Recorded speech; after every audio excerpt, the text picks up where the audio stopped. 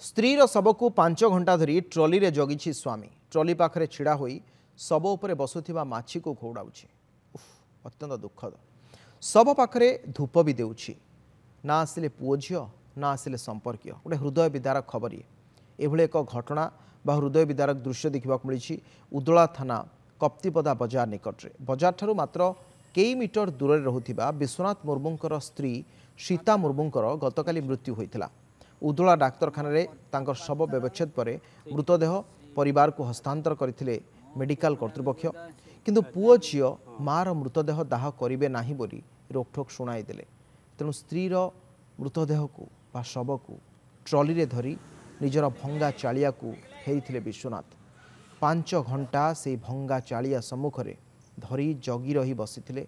पुओ झियो केही भी आसिलेनी। तेणु किभली भाबरे स्त्रीर संस्कार करिवे से नहीं चिंतारे विश्वनाथ।